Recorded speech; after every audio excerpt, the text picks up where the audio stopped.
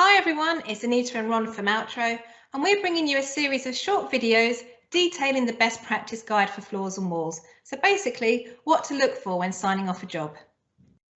Hi everybody, well today we're going to be looking at the fitting of Altro safety flooring around a drain outlet. Okay Ron, so what are we looking at here? Presumably this is showing bad fitting of flooring around a drain outlet. Yeah, what you can see here is the flooring cut around the top of a drain, leaving gaps. And stupid question, but why is this bad? Well, the drain's not secured and the gap between the floor and the drain allows for water, dirt and bacteria to get between the subfloor and the flooring. This is obviously unhygienic and will cause the floor to lift. Yeah, I can definitely see how that could happen.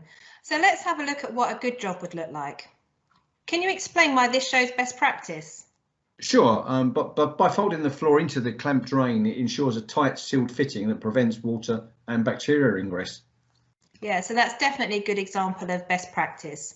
So let's just do a quick comparison of the two side by side.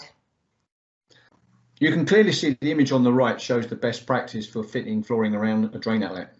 The floor is folded in with the drain fitted on top, ensuring that it's clamped, so you give a tight seal fitting that prevents water and bacteria from getting underneath the floor.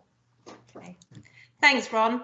We hope you found this best practice guide to fitting Altro safety floor around a drain outlet useful. To keep up to date with the rest of our best practice guide videos, follow us on our YouTube channel, where you can also view many of our other useful hints and tips. Thanks for watching. Yeah, thanks everybody. See you next time.